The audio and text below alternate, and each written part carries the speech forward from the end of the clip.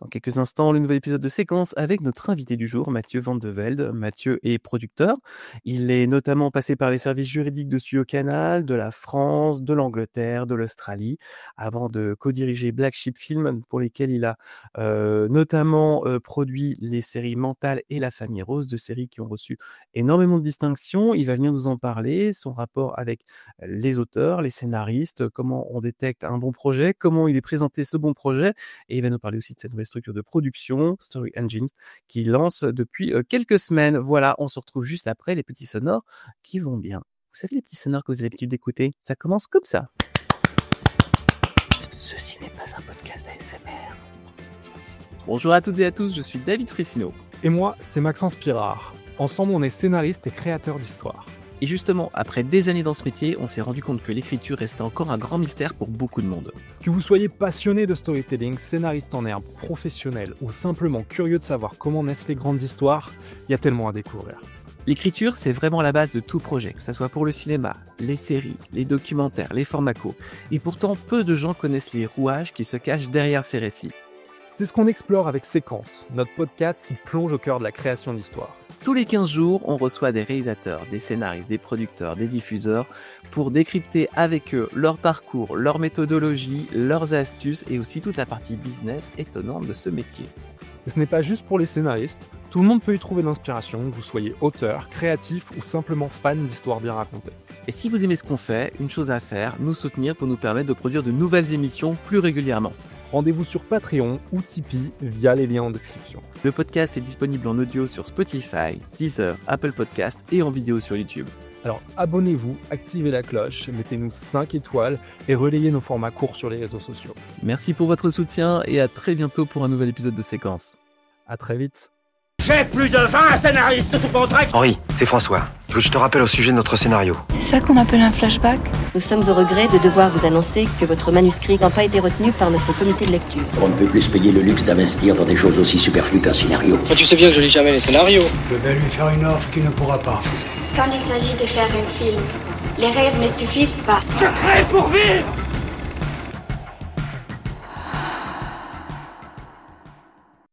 Hello tout le monde et tout le monde, avec des E et des S et de l'inclusivité parce qu'on pense à tout le monde.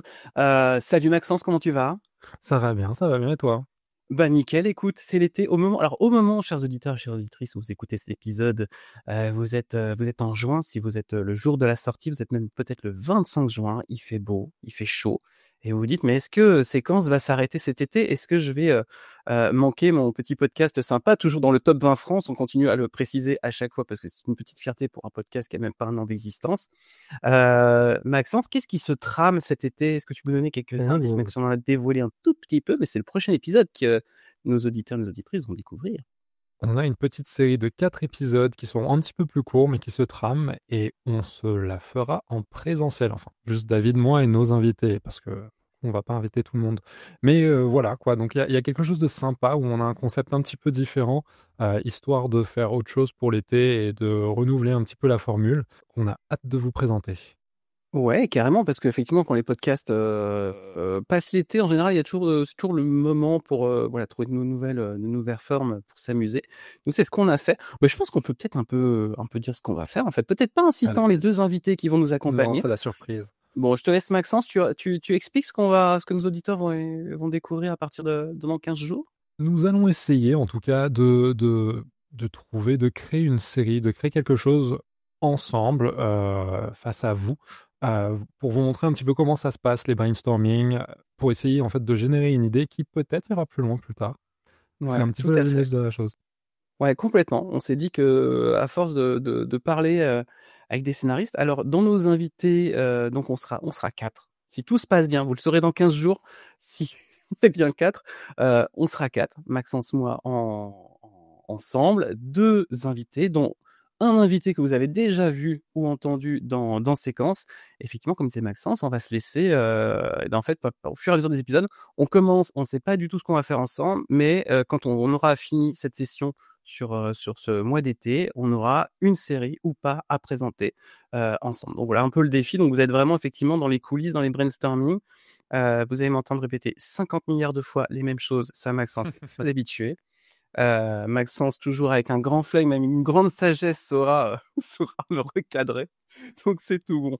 Donc voilà, série, d'été, 4 épisodes. Vous allez découvrir ça à partir du 15 juillet, des épisodes de 30 à 40 minutes, voilà, tous les 15 jours et puis à la fin de l'été, on fera un petit bilan, ensemble et puis on prendra un rythme normal, d'interviews, de rencontres avec et des scénaristes, confirmés comme on a pu l'avoir, avec des responsables, de chaînes de télévision comme on a pu l'avoir et des producteurs et justement attention, passerelle magique puisque j'accueille du coup notre invité du jour. Salut Mathieu! Hello, hello. Mathieu Van de Velde, tu es producteur. Alors effectivement, tu fais partie de ceux qui sont nos petits atouts charmes qu'on fait de temps en temps, puisque on ouvre aussi les portes du podcast à des gens qui sont en connexion complète avec les métiers de l'écriture. Mais avant d'en dire plus, déjà un grand merci d'avoir accepté notre invitation. Merci à vous.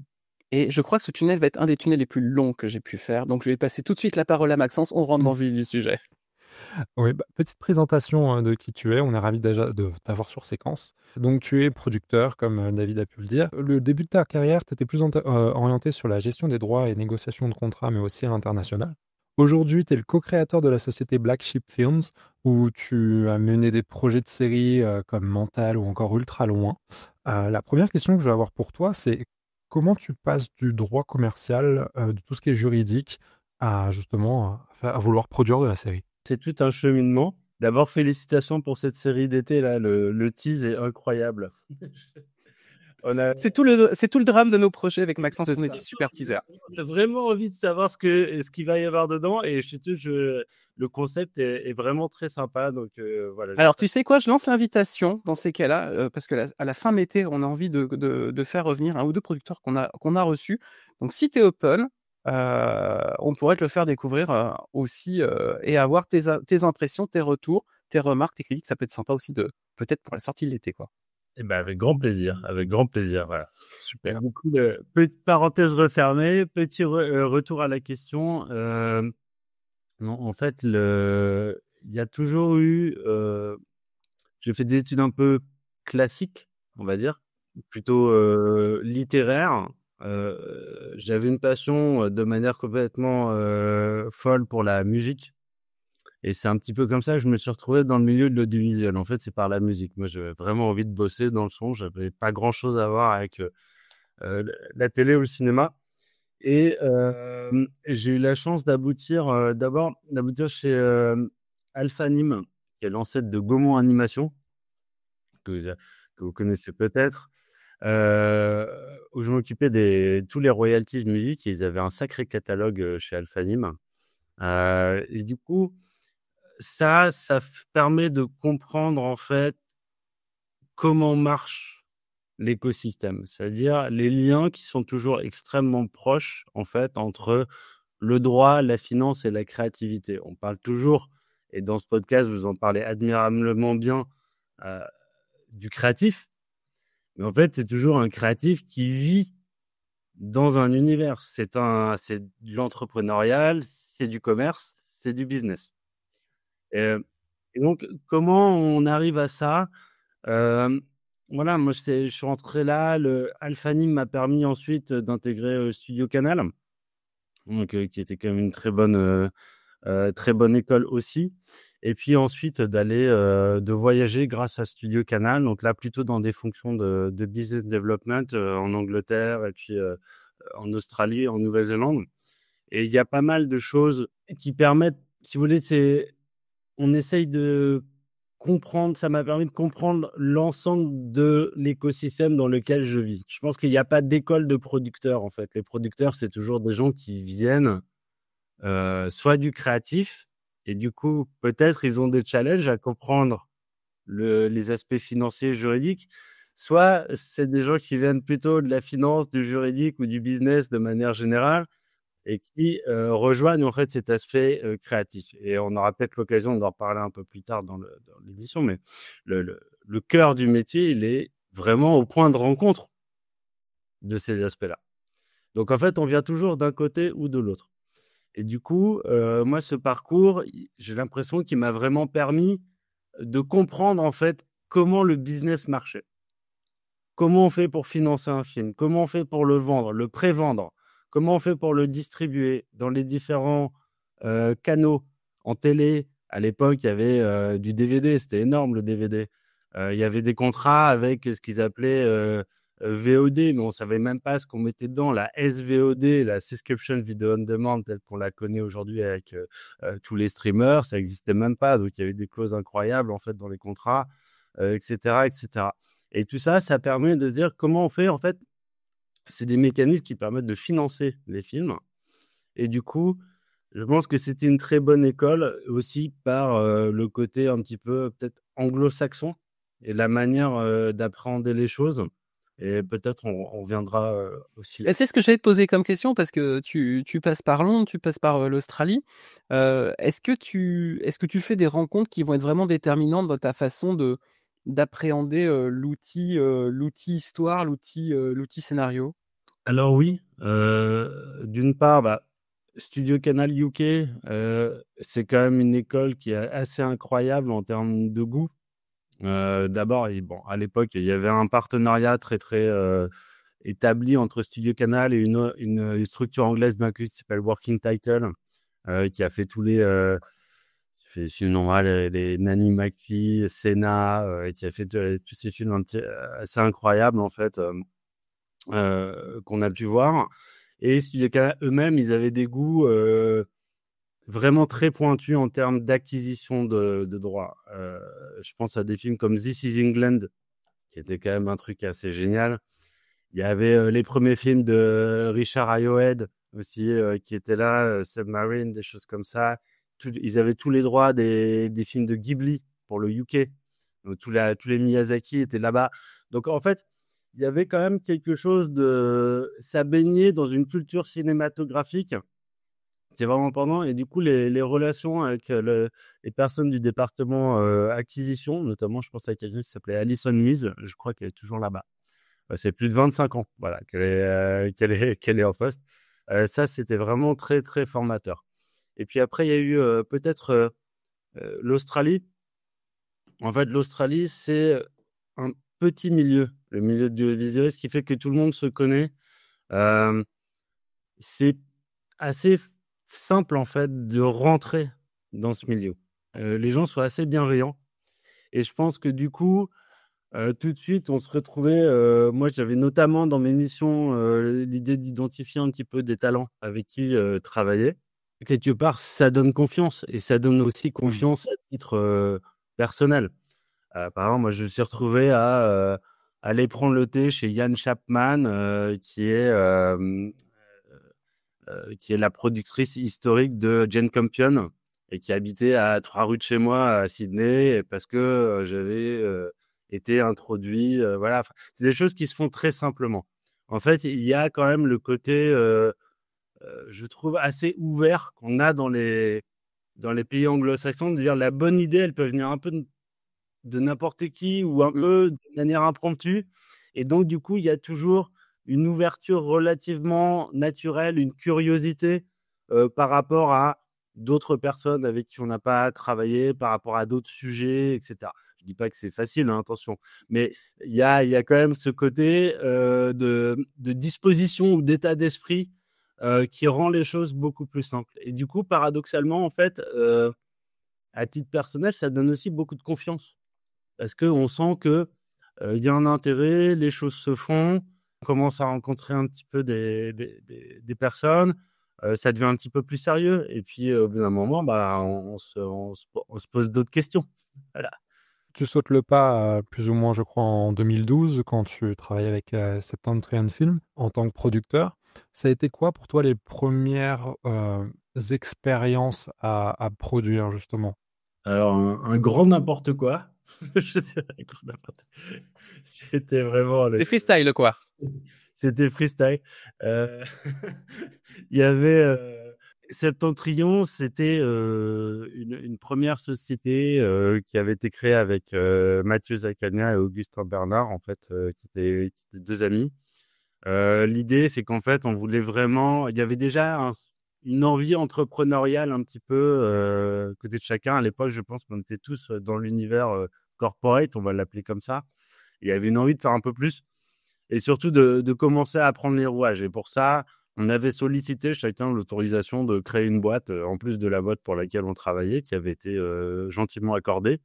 Et du coup, on s'était mis à rencontrer des gens, lire des scripts, commencer à faire des choses, essayer de rentrer en copro sur des courts-métrages. Alors, j'avais des copros de courts-métrages, c'est... Voilà. Comme je te respecte, j'en ai produit un jour, le tout premier. Et je crois que ça m'a vacciné à vie.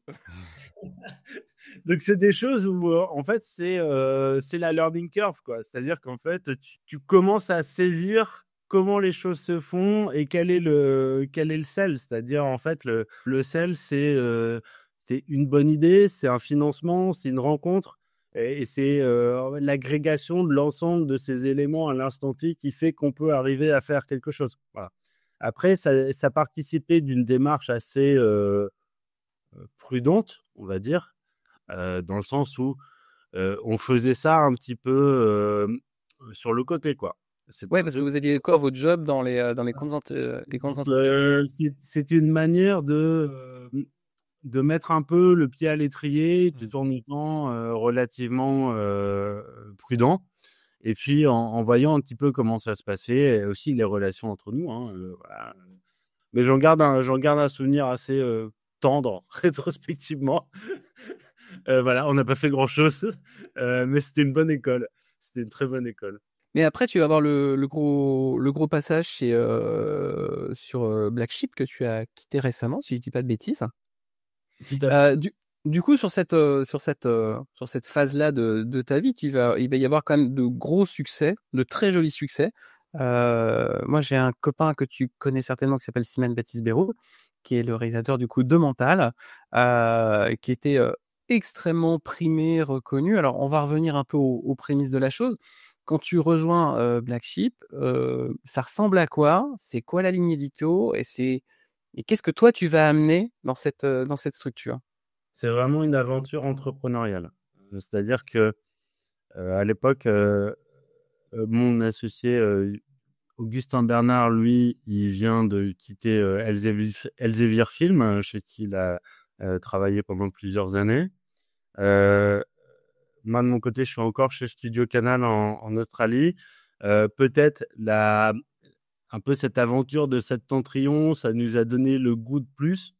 Et je pense que, en tout cas, moi, je savais qu'à un moment, j'allais participer à une création d'entreprise. J'allais créer quelque chose. J'avais vraiment cette envie-là. On parlait de confiance, en fait, tout à l'heure. Je pense que c'est toujours un peu un saut dans l'inconnu.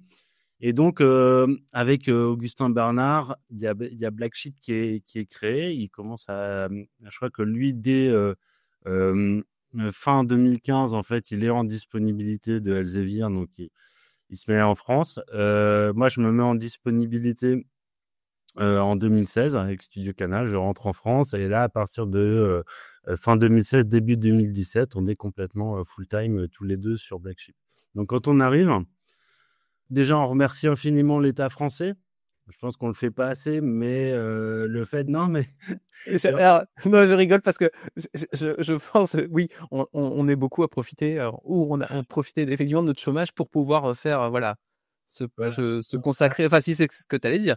C'est exactement ce que j'ai dit. Voilà, merci. Non, mais en fait, c'est vrai qu'il y a... comparaison faite avec les pays anglo-saxons, ça n'existe pas en fait. Ça n'existe pas ailleurs. Il y a très peu de pays. Je crois que les règles ont changé un petit peu depuis, mais je dirais que nous, création d'entreprise, on avait quasiment 2 ans de chômage devant nous. C'est énorme. Et il y a quasiment aucun pays au monde qui offre ce genre de luxe, si je peux dire ça comme ça. Donc ça a permis de lancer un petit peu la structure. Donc on a lancé cette structure à 100% sur fonds propres.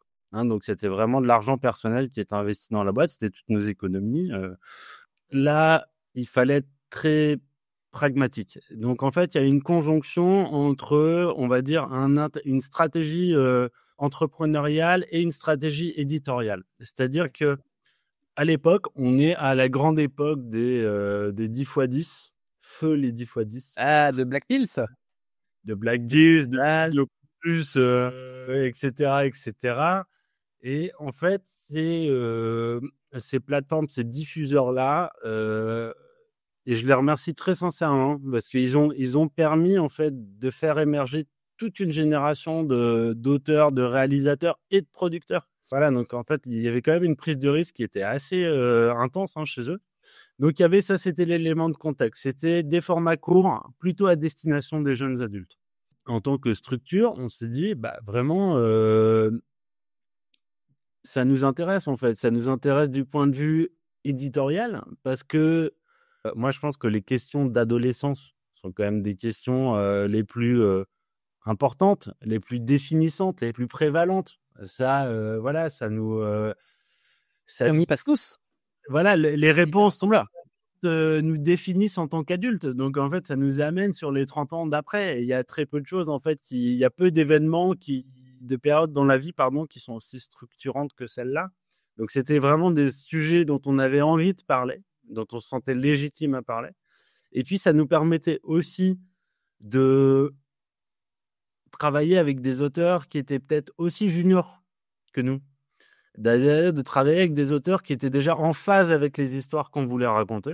Donc ça, c'était super important de ne pas prendre peut-être des gens de 60 ans pour raconter des histoires de jeunes de 16 ans. Et puis, du coup, là, intérêt aussi financier bien compris quelque part. Mais après, de se dire, au fond, c'était aussi pas très cher. Donc, ça nous permettait d'aller chercher des idées, des créations originales ou des petits formats de web-séries, des choses comme ça, et de créer tout un slate en fait de projets dans cet axe-là. Avec, on pensait nous, il y avait vraiment une expertise à prendre en fait dans le short form storytelling. Il y avait une expertise aussi à prendre sur les sujets. Il y avait toute une génération d'auteurs et d'autrices à rencontrer et avec qui travailler. Et donc, on a vraiment embrassé ça. À la fois par nécessité, mais aussi par envie, par nécessité. Voilà, c'est ça que j'essaie de dire.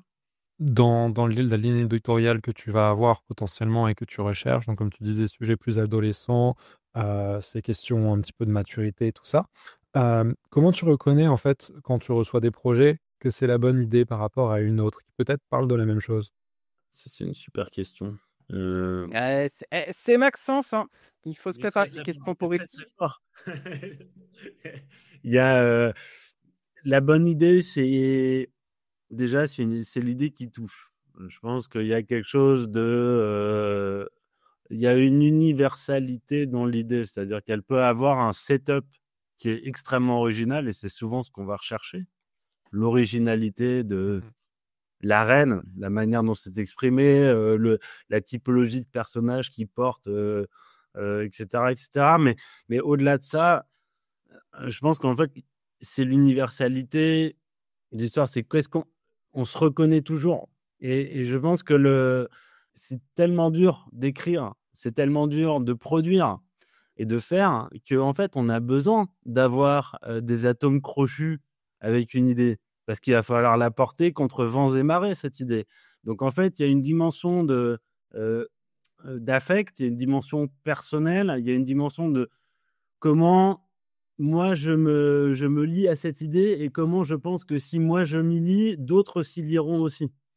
Voilà, donc c'est vraiment, je crois, le critère.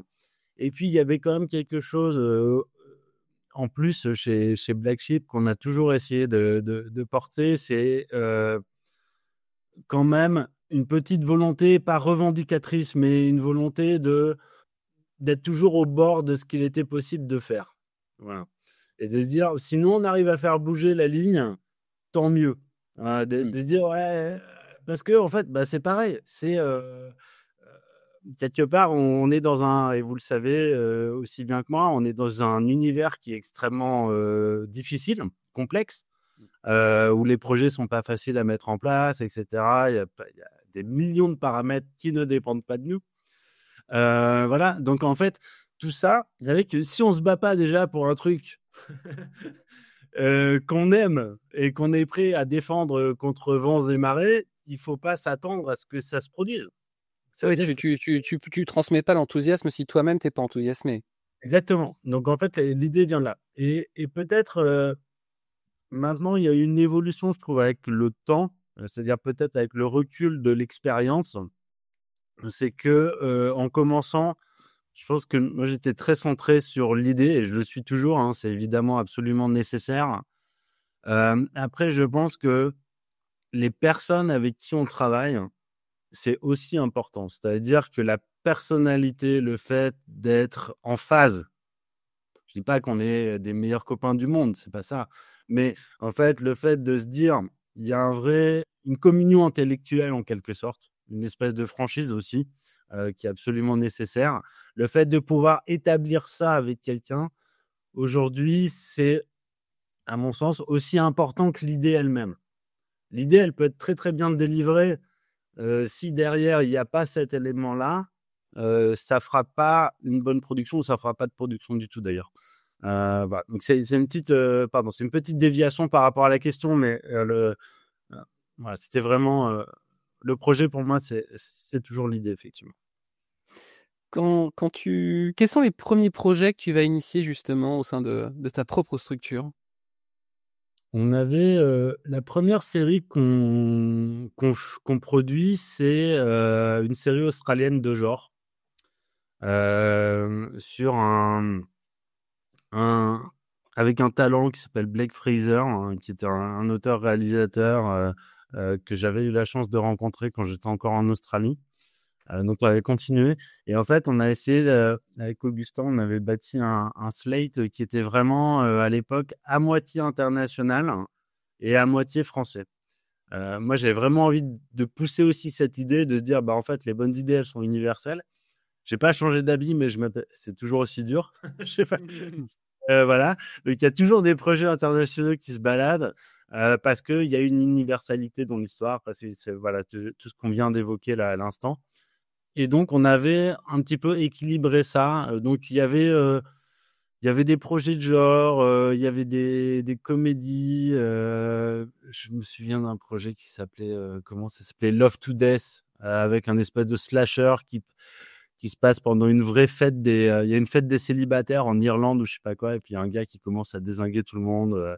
Voilà, c'était des trucs un petit peu... Mais encore une fois, vous voyez, la thématique, c'est en parler en fait la difficulté de rencontrer quelqu'un, alors avec dans un setup complètement dingue, mais voilà, c'était un peu ça le sujet. Donc on avait, j'ai envie de dire, assez éclectique, mais toujours avec la volonté en termes de genre, c'était assez éclectique, pardon, mais toujours avec la volonté de faire réfléchir. Voilà, il y avait quand même ça en toile de fond.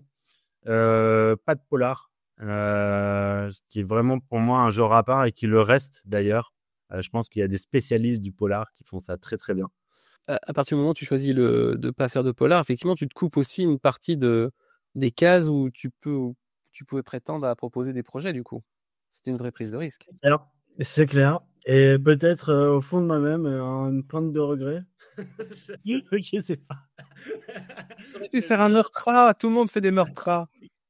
Oui, bien sûr, et il faut. Non, mais d'ailleurs, parce que je pense que l'école est très bonne et puis le meurtre, il permet évidemment aussi de faire d'autres projets. Et puis un meurtre, c'est très bien. Je pense qu'il y a plein de sujets à explorer, il y a plein d'endroits. Donc voilà, moi je suis très en soutien de ça. C'est juste, je trouve qu'il y a une expertise du polar, en fait, et qui à l'époque peut-être où nous on commençait, en tout cas à produire. Moi, c'était peut-être encore un monde dans le monde. C'était un truc où il y avait vraiment... tu as des gens qui savent écrire ça par cœur, hein, qui savent produire ça par cœur. Et moi, j'en faisais pas partie. Et du coup, l'idée, c'était de pas être en compétition, justement. C'est parce que sinon, on est écrasé par des gens qui savent faire bien mieux. L'idée, c'était un peu de tracer son propre sillon et dire, là, je suis pas en concurrence avec les autres. Là, je peux pousser une ligne édito qui est complètement originale. Et du coup, je suis reconnu pour ça. C'était ça la stratégie. Quand tu as le coup de cœur avec une idée, justement, à quel point tu as envie de t'impliquer dans le process d'écriture avec les auteurs? Est-ce que c'est quelque chose qui te vient naturellement ou tu as envie de collaborer, un petit peu savoir où ça peut aller par rapport à l'idée que tu en avais eue lorsque tu as lu la Bible, potentiellement? Ou alors ça va être quelque chose où tu vas leur laisser un peu carte blanche et tu vas juste faire en sorte que ça rentre dans les clous pour le présenter à un diffuseur? Il n'y a pas de règle générale. Chaque projet est un prototype.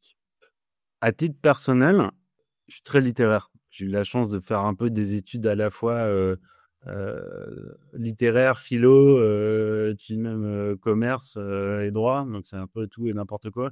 Mais du coup, c'est passé par là. Mais du coup, moi, j'ai une affinité profonde avec le texte. Je pense que ça donne là. Et voilà. Par contre, quand je dis ça, c'est mon goût personnel. Mais c'est pas ça, en fait, qui fait la différence. Ce qui fait la différence, c'est qu'est-ce qui sert le mieux ce projet-là dont on est en train de se parler maintenant. Est-ce que c'est des auteurs qui ont envie ou qui ont besoin d'être accompagnés?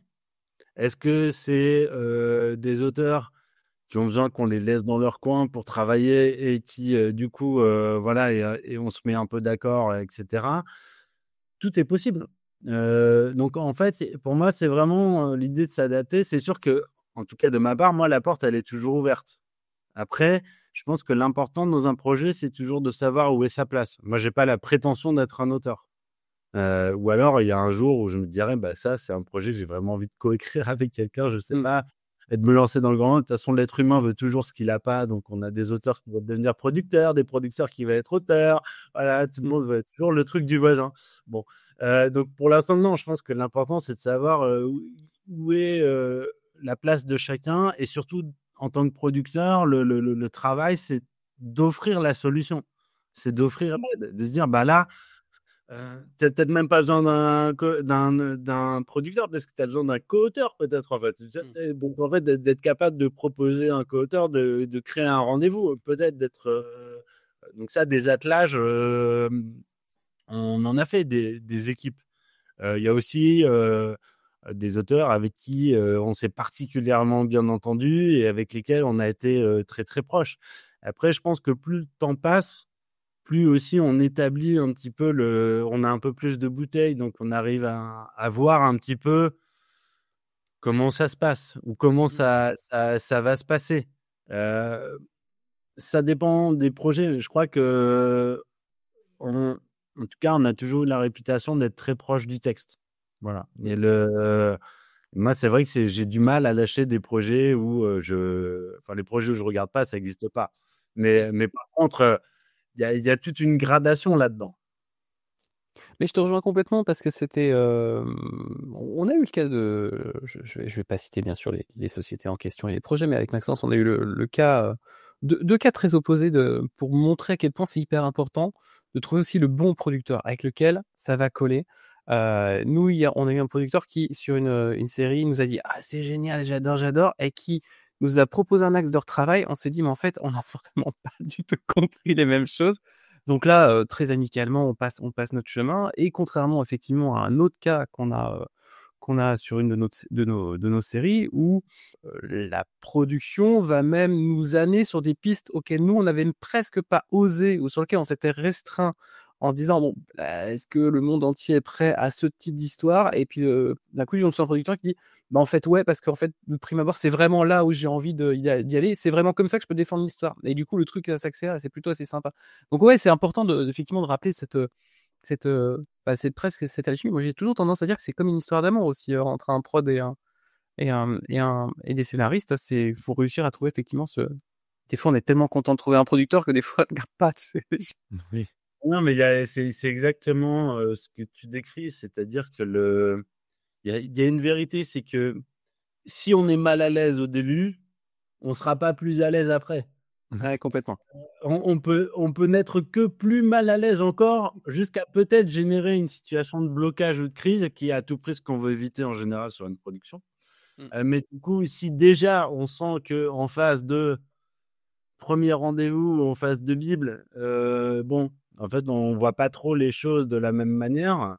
Là, effectivement, c'est sûr que ça va être compliqué. Voire, en fait, il faut pas le faire. Hein. Il faut pas le faire parce que c'est une source de frustration. Et comme on le disait au tout début, la qualité de la relation qu'on peut avoir, elle est aussi importante que le texte lui-même. Parce qu'il y a un moment, on est dans une industrie où il y a une multiplicité de parties prenantes qui ont tous des choses à raconter pour des raisons, la plupart du temps, vraiment la plupart du temps, je trouve légitimes. Quand on se met un peu dans les pompes des uns et des autres, on se rend compte que y a une raison pour laquelle ils disent ce qu'ils disent. Et que donc, en fait, voilà, il y a des points de vue qui sont extrêmement, qui sont parfois divergents. Donc, en fait, comment on fait pour garder cette vision commune? Comment on fait ça? Et donc, il faut que la vision commune, et c'est peut-être le seul critère, la vision commune, il faut qu'elle soit très, très clairement établie au départ. Et il faut qu'elle soit approuvée par tous, mais de manière assez sincère et spontanée. Et du coup, j'en viens au développement en lui-même, c'est-à-dire qu'il n'y a pas besoin... moi, je me méfie beaucoup maintenant avec le temps des bibles qui sont déjà très, très développées quand on vient voir un producteur. Pourquoi? Parce que ça n'est pas une critique, c'est qu'en fait, dedans, il y a de l'affect, beaucoup d'affect.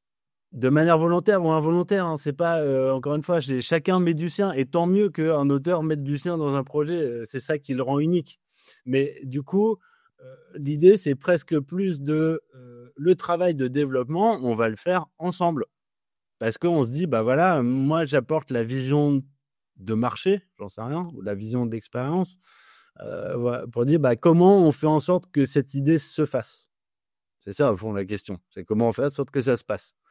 Développement pour développement, ça n'a aucun intérêt. L'auteur, il perd du temps, et puis nous, on perd de l'argent. Donc, et du temps aussi. Mais voilà, donc, en fait, il faut que le projet il se fasse. Donc, en fait, c'est de se dire, à partir du moment où on est d'accord sur la vision, et la vision, elle peut tenir en rien du tout. Après, on peut discuter de l'exécution, mais la vision en elle-même, elle est super claire. Si on se dit qu'on fait une dramédie, bah, c'est pas un thriller, quoi. Donc, il y a un truc où si on se dit qu'on a envie de traiter cet aspect-là, bah, on va pas dans cette autre thématique-là, qui est très intéressante, c'est sûr, mais qui est pas celle qu'on a choisi de traiter. Voilà. Donc, si ces éléments-là, ils sont en place, on peut commencer à travailler bien. Pour compléter un petit peu la pensée, est-ce que tu as une préférence entre chercher de nouveaux talents avec qui potentiellement tu pourrais être surpris et retravailler avec des auteurs avec qui tu as déjà collaboré, avec qui ça s'est très bien passé? C'est une super question. Je sais pas. Maxence, voilà, si vous n'avez pas la vidéo, normalement, il faut que tu prêtes le micro et tu lâches, Maxence. Tu drop the mic. Non, en fait, il y a que la mer est pleine de poissons, comme on dit, j'en sais rien. Il n'y a pas de règle. Encore une fois, il n'y a pas d'envie particulière. C'est sûr que ce qui est sûr, c'est que quand on a déjà collaboré avec quelqu'un et que ça s'est bien passé, ça veut dire que ce qu'il y a besoin de comprendre peut-être pour ceux qui écoutent et qui ne sont pas automatiquement au cœur de l'industrie, c'est de comprendre que même un projet qui se passe bien, c'est un projet difficile.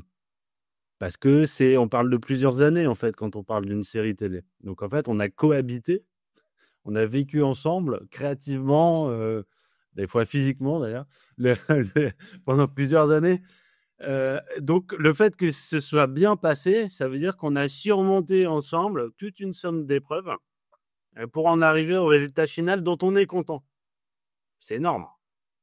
Donc, évidemment, on a envie de reproduire cette expérience. Même, on a envie de la perfectionner en se disant, bah, souviens-toi, ça, c'était dur pour moi et on va essayer de le changer. Ça, c'était dur pour moi et OK, on va trouver autre chose. Et moi, je suis pour enfin, quelque part, si ça appartenait qu'à moi, mon rêve, c'est effectivement, d'avoir à la fois la capacité de continuer à travailler avec des gens et avec qui ça s'est bien passé, et en même temps de travailler avec des nouvelles personnes. Je pense il y a un rôle du producteur indépendant à jouer dans l'émergence des talents, très clairement. Mais en fait, le rôle, il n'est pas... Enfin, nous, on a toujours mis un point d'honneur à faire ça. Souvent, d'ailleurs, c'est une alliance de la jeunesse et de l'expérience. Voilà, ça peut être ça. Par exemple, ça, c'est la famille Rose, là. C'était ça. On avait un réalisateur, c'est la première réalisation. On a poussé pour que ce soit lui. Il s'appelle Enzo Croisier, il est génial. Et puis, à l'écriture, il y a Tigrane Rosine. Bah, c'est beaucoup. Senior, comme on dit. Ouais. Voilà. Et qui sera dans le podcast à la rentrée de septembre. Ouais, tout à fait. Ouais, on en avait parlé. On s'est dit que des gens bien. Oui, c'est un podcast très fréquentable. Voilà, podcast très fréquentable, c'est bien ça. ça fait une nouvelle logline du Bobcat. Voilà, donc en fait, c'est l'alliance des deux. Donc, je pense qu'à la fois, il y a quand même une frustration, chose qu'il faut le dire, mais ça vient qu'il y ait c'est lié à la nature du statut de producteur indépendant, je trouve.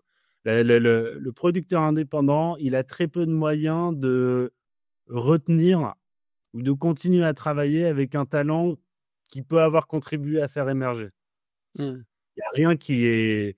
Il n'y a pas d'allégeance, rien n'est dû. Le talent, voilà. Mais moi, je sais d'expérience que il y a beaucoup de talents avec qui on a travaillé des années où on aimerait bien retravailler avec eux. Mais c'est compliqué parce que peut-être ils sont sur des projets beaucoup plus gros, peut-être ils sont partis sur d'autres choses, etc. Donc, voilà. Donc, ce système, en fait, de fidélisation qui existe dans d'autres pays, voilà, mais ça coûte cher. Hein, Ouais. nous, on n'a pas. Il y a des groupes qui ont les moyens de faire ce genre de deal.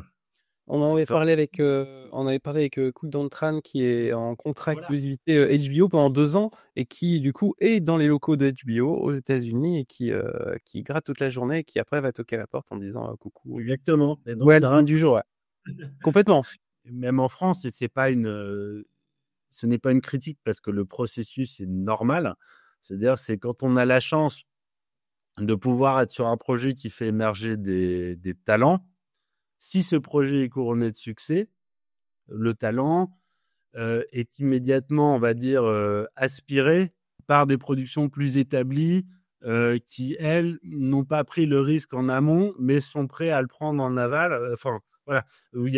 Finalement, on n'a pas de contrat de droit de premier regard, comme ça peut se faire dans d'autres pays, avec certains auteurs, en fait.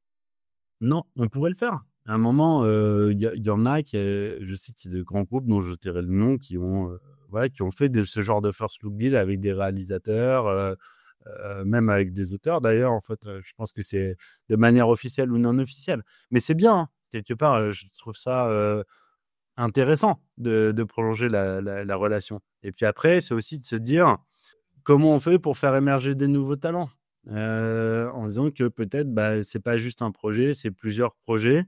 Donc il y a une responsabilité du producteur indépendant, tout comme il y a une responsabilité des diffuseurs. Et là, on vient sur un sujet très épineux dont on ne va pas parler peut-être tout de suite, mais Ah, c'est quoi? C'est la question que j'étais en train de me noter sur mon petit bout de papier. Je pense que c'est une question que Maxence a aussi, puisque Maxence aujourd'hui il cartonne. non, vous êtes bien. Je plaisante. Damien qui s'offusquera pas, c'est moi. Et tu veux enchaîner, Maxence, ou... Ouais, en fait, je voulais raccorder un petit peu à la Bible, puisque tu en as parlé tout à l'heure en disant que t'aimais pas trop quand elle était justement, qu'il y avait trop de choses dedans, qu'elle était trop écrite, parce que forcément il y a de l'affect. Mais du coup, comment tu imagines, toi, la Bible qui serait un petit peu parfaite à tes yeux? Est-ce que tu as besoin de visuels? Est-ce que tu as besoin de bio de personnages? Est-ce que tu as besoin, par exemple, si c'est une série, justement, d'être un petit peu sur des épisodes un minimum élaborés, ou alors juste 2-3 lignes? Tu nous plonges au cœur de la science, quoi. C'est la popote. la popote. Non, mais en fait, il n'y a pas de...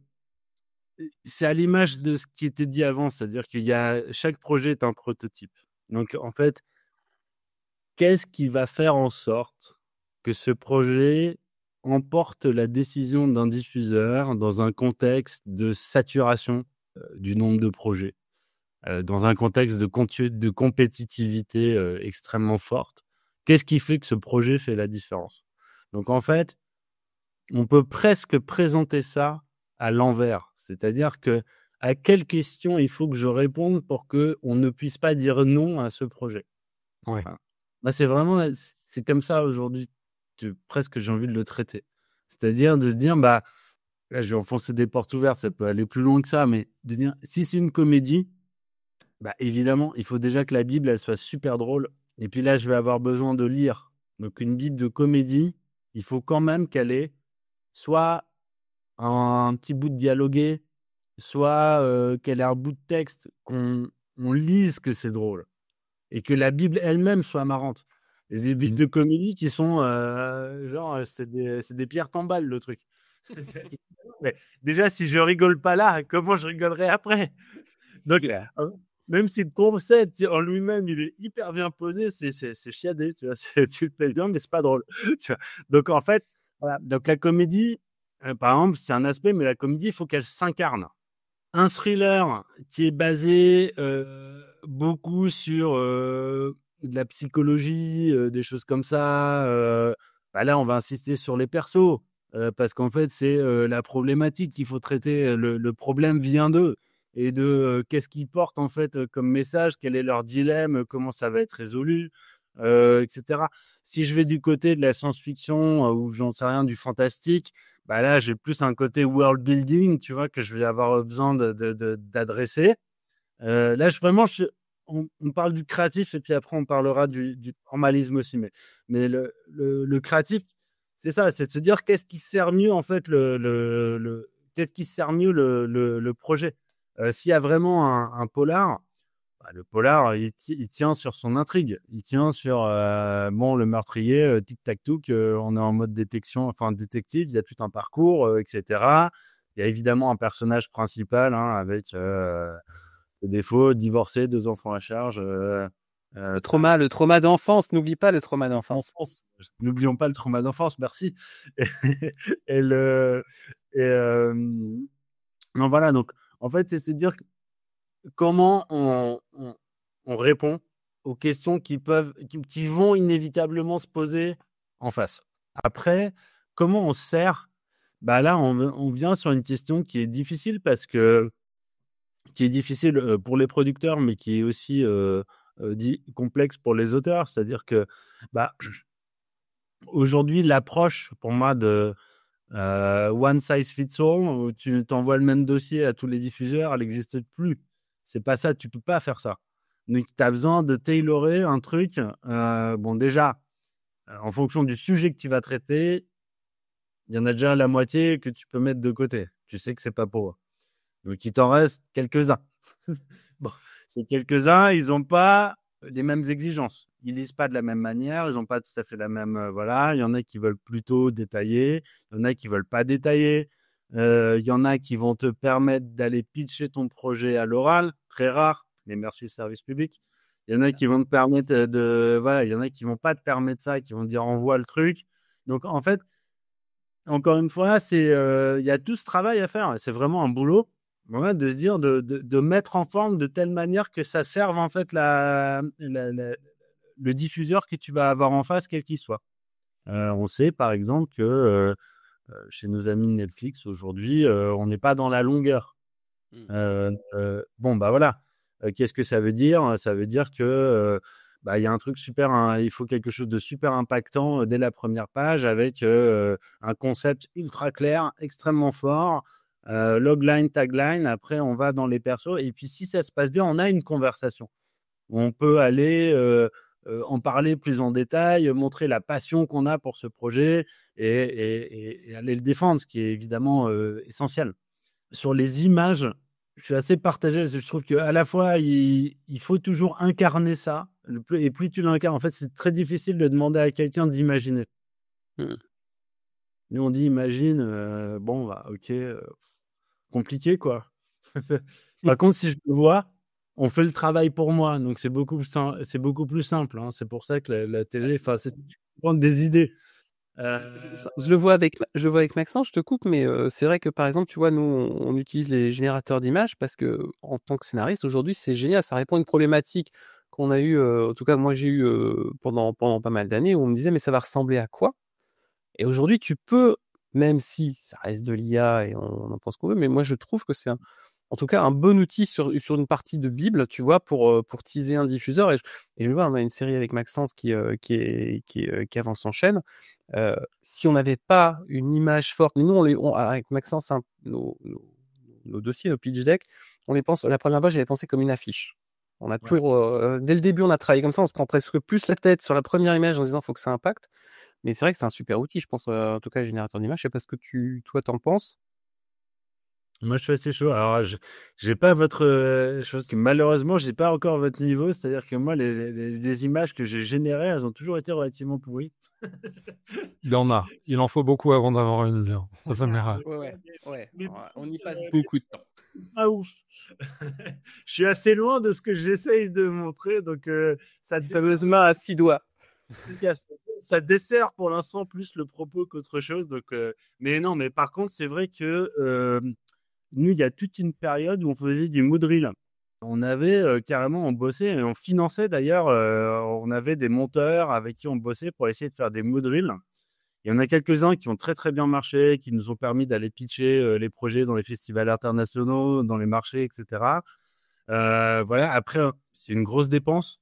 On s'est aperçu aussi que ce que j'allais dire, et peut-être ça rejoint un peu la problématique de l'IA, c'est de se dire en gros, j'ai quelque chose qui au fond n'est pas ma série. C'est-à-dire qu'en fait, soit pour montrer que c'est un gros projet bien premium, j'ai mis Tom Cruise et Mission Impossible en train de se balancer et du coup en fait tu vois Tom Cruise. Bien sûr, c'est ça. Le diffuseur, il se dit, il y aura pas Tom Cruise, il y aura pas la grosse explosion avec l'hélicoptère contre la falaise. Donc en fait, il y a une espèce de fine line à trouver de comment tu fais quelque chose qui ne va pas desservir ton propos. C'est un enjeu, que ce soit pour les images ou pour la vidéo. Mais voilà, à partir du moment où tu tournes pas le vrai truc, la vraie proposition, tu es toujours dans une suggestion ou une limitation. Après, l'approche que vous suggérez, elle est super. Parce que du coup, je pense que une photo bien foutue, c'est hyper impactant. Tu commences là-dessus, tu es plongé dans un univers. Ça y est, je suis dans cet univers et je peux commencer à lire, à découvrir un peu ce qui se passe. Mais déjà, cette image, elle a fait une forte impression. Voilà. Et je pense que c'est bien de pas la galvauder en faisant 50 000. Tu vois, de se dire, voilà, peut-être des fois les personnages, tu as envie.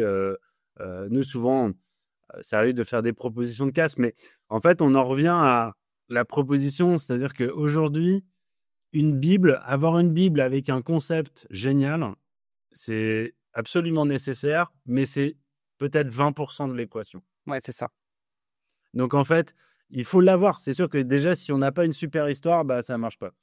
Si on n'a pas une super histoire dans une super Bible, ça ne marche pas non plus. Mais de dire, la super histoire, c'est bien. C'est là. Maintenant, il y a une question qui se pose de est-ce que j'ai les bons auteurs pour aller au bout? C'est-à-dire que, est-ce que dans ce que je vais proposer, je ne dis pas que c'est facile de faire une bonne Bible, mais est-ce que les auteurs qui sont là sont capables de délivrer sur la promesse qu'est cette Bible? Est-ce que je peux faire 6 fois 52 minutes au top, 3 soirées prime time, j'en sais rien, avec ce truc? Voilà. Donc ça, c'est un enjeu. Est-ce que mon cast en jeu, mon réal en jeu, et aujourd'hui, même il faut rajouter le prod, c'est-à-dire que le prod, il fait partie du package. En toute humilité, si demain j'allais pitcher un space opéra chez Netflix, je pense qu'ils me regarderaient quand même un peu bizarre. Et ils diraient peut-être, Mathieu, elle est géniale ton idée, mais en fait, toi, tu fais pas ça, toi. Et je pense que malheureusement, on est toujours tous, et encore une fois, les problématiques des producteurs indépendants et des auteurs sont extrêmement proches. Mais je pense qu'on est tous mis dans des cases. Et donc, il faut lutter contre ça. Pardon, c'est tout. Et du coup, par exemple, sur Mental ou sur Ultra Loin, elle ressemble à quoi la Bible? La première Bible que tu envoies toi à la chaîne, sur laquelle vous êtes d'accord avec les auteurs et ou est-ce que tu as peut-être plusieurs cas de figure justement de tout ça? Ouais, il y a plusieurs cas de figure parce que je crois que Mental, dans mes souvenirs, ça commence à dater un petit peu. Mais Je ne vais tout jeune, mon bon Mathieu. Ça ne rajeunit pas tout ça. Mental, en fait, il s'est passé quelque chose d'assez magique, c'est-à-dire que on développait à l'époque un thriller dans le monde du e-sport avec des coproducteurs finlandais. Truc un peu barré. Carrément. Et on a découvert qu'ils avaient produit une web-série qui avait bien marché en Finlande, qui s'appelle Sekasima. Et en fait, c'était des épisodes de 3 minutes, de 7 minutes, mais ça avait vraiment cartonné, quoi. Et en fait, c'est le concept de Mental. Et du coup, on s'est dit, mais ce truc-là, en fait, c'est génial. Et il se trouve que l'agent de vente, le nom m'échappe, pardon, qui faisait la distribution à l'époque, en fait, ils avaient préparé tout un document de vente qui était hyper bien foutu, avec des extraits, des stats. Ça parlait aussi de tout ce qu'il y avait autour de la série, notamment le fait que le gouvernement finlandais avait ouvert une hotline téléphonique pour parler des maladies mentales, etc., suite à la série, etc. Bon.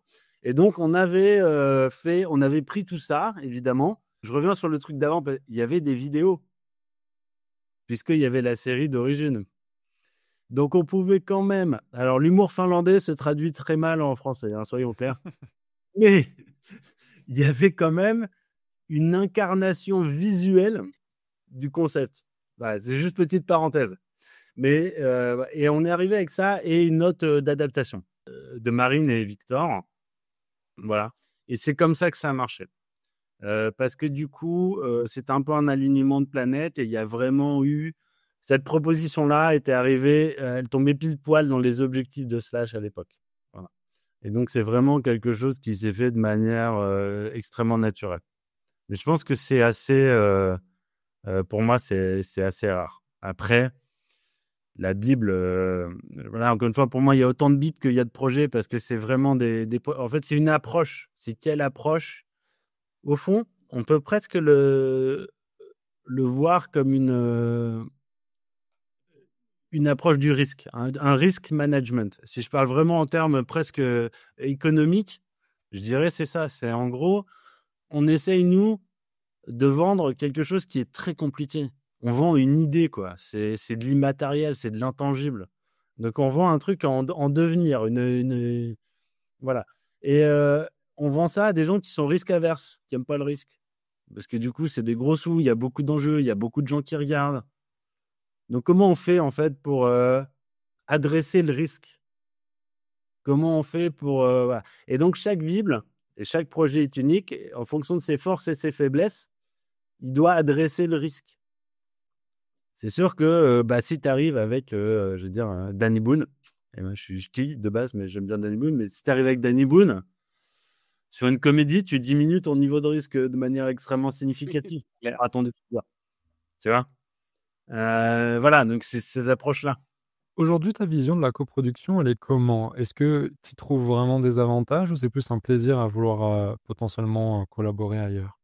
Alors, c'est une nécessité, en fait. C'est le plaisir, ça peut être un plaisir. Je sais pas si c'est un plaisir. En fait, non, mais si t'es dans une approche entrepreneuriale, t'as pas trop envie de partager par défaut. Parce que, en fait, ouais, c'est compliqué, quoi. Enfin, tu vois, de se dire... voilà. Donc, en fait, la coproduction, une bonne coproduction, c'est une coproduction qui est toujours justifiée dans l'intérêt du projet. C'est pas travailler ensemble juste parce qu'on est copains ou parce qu'on a envie de bosser ensemble. C'est travailler ensemble parce que chacun va apporter quelque chose qui n'est pas qui est dans l'intérêt du projet et que l'autre n'a pas. Illustration, je fais une coproduction. Je dis, demain, tiens, j'ai mon idée de space opéra pour Netflix là. Il est vraiment génial ce space opéra. J'ai trop envie de le faire. Mis à part le fait qu'ils ne font pas de... Avec Danny Boone. Tu as oublié qu'il y avait Danny Boone au casting. Le premier space opéra français avec Danny Boone. Je t'en tiens un truc, les gars. Et du coup... C'est ça qu'on va écrire pour les... Alors, Netflix ne fait pas jusqu'à preuve du contraire, de space opéra en France, mais c'est pas grave, on va passer ça sur le côté. Mais par contre, on va se dire, si j'ai cette idée, je suis Mathieu, comment je fais? Là, peut-être que ça vaut le coup d'aller voir. Moi, je me dis, ce projet-là, il me faut un réal anglo-saxon. Ok, peut-être j'ai le réseau pour aller chercher quelqu'un parce que je connais des gens, etc. Par contre, là, les gars, ça, c'est 10-12 millions facile. Parce que, voilà, c'est quand même un space opéra. Et même si on le fait en mode super bien géré, ça va quand même coûter au moins ça, voire 15, voire 20. Bon. Donc, du coup, ça veut dire quoi? Ça veut dire que moi, si j'y vais avec Black Sheep ou Story Engine, peu importe, ça va pas le faire. Ça va pas le faire. J'ai besoin de m'adosser à un partenaire qui va être capable d'apporter son expérience de ce niveau de budget-là, qui va être aussi peut-être capable d'apporter un accès au cast que moi j'aurais pas. Donc là, ça vaut le coup d'aller voir les copains de Gaumont ou du GC ou de Media One ou de peu importe. Mais là, la copro, elle se justifie. Et du coup, moi, j'arrive avec l'idée, avec les auteurs, le développement créatif du projet, et puis on va le packager ensemble. Voilà. Après, ça peut être aussi une copro qui est justifiée du point de vue de... je sais pas, ça peut être plus pragmatique que ça. C'est toi, tu as les droits du bouquin et moi, j'ai l'auteur. Ok, ça fait longtemps qu'on a envie de faire un truc. Allez, on essaie de faire comme ça. Par contre, ce qui est important, c'est que, in fine, ce soit la responsabilité soit la charge, que la charge de travail réelle corresponde au partage réel. Parce que ça, sinon, c'est dur. C'est-à-dire que si, en gros, tu as quelqu'un qui ne fait pas grand-chose, mais qui a 60 ou 60. Ouais. D'accord, ça sert à rien. C'est ça, je le vois tout à fait. Voilà, là, ça, c'est source de tension. Parce que inévitablement, pour moi, on revient sur le malaise des auteurs à l'origine. C'est la même chose. C'est-à-dire, en fait, tu es mal à l'aise et le temps passant n'arrange pas, en fait. Le temps passant, il rend toujours les choses pires. Donc, il faut sortir de ça. Comment tu fais pour gérer les différentes façons d'écrire des auteurs? Je pense notamment à... T'en as qui sont plus ou moins à l'aise en chaîne, quand il faut aller pitcher en live ou quand il faut faire des sessions de travail ou avec toi. Il y en a qui ont une écriture solitaire, il y en a qui ont besoin de faire des ping-pong pour se challenger. Toi, t'es plus à l'aise sur quelle méthode et comment tu te situes par rapport à ça, à tous ces profils? Ça, c'est une bonne question. Entre les TDAH, les complexés, les dépressifs, les super excités. Ouais. Comment tu fais? La raison pour laquelle moi je pense que je fais ce métier, c'est parce que j'aime bien travailler avec les gens. En fait, je pense que c'est un métier de personne. On a beau vouloir le réduire à plein de choses, c'est des histoires, c'est de l'écriture, c'est de la production, c'est de l'industrie, etc. Mais c'est avant tout une question de personne. En tout cas, je considère que pour moi, bien faire son travail, c'est justement d'être à l'écoute, d'être capable de rendre les gens le plus contents et le plus heureux possible, le plus de temps possible, en n'importe quelle circonstance, pour qu'ils puissent justement donner le meilleur d'eux-mêmes. Et c'est ça qui fait les grandes séries, entre guillemets. C'est de se dire, en fait, c'est comment tu fais pour que les gens ils soient bien. On parlait juste avant de la frustration. Je dis, voilà, là, c'est l'expérience. Et plus le temps passe et plus moi, l'expérience me pousse vers ces aspects-là. J'aime pas gestion humaine, j'aime pas ça, mais c'est le côté de se dire comment on fait pour travailler ensemble, comment on fait pour écouter les désirs, comment on fait pour satisfaire dans la mesure du possible, et si on ne peut pas satisfaire, comment on fait pour proposer des alternatives satisfaisantes. Voilà, c'est ça le boulot, parce que l'idée, c'est de garder autour de la table des gens qui ont potentiellement des intérêts divergents. Et il faut les garder unis autour d'une vision commune. Donc, comment on fait ça? Voilà. Donc, il y a beaucoup le cœur du métier, pour moi, c'est de l'écoute. C'est d'essayer d'être en empathie, d'être dans la bienveillance, de dire que quand c'est pas possible, pourquoi c'est pas possible? C'est pas moi qui prends une décision.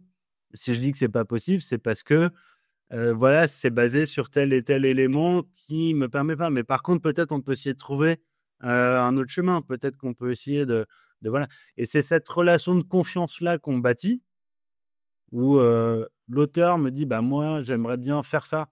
Ok, c'est ton désir profond, donc il faut y aller. Maintenant, comment on fait pour réconcilier ce désir profond avec le fait que la série, elle se fasse? Ouais. Voilà, c'est cette mécanique-là, ou c'est cette énergie-là qu'il faut essayer de toujours mettre en place et garder.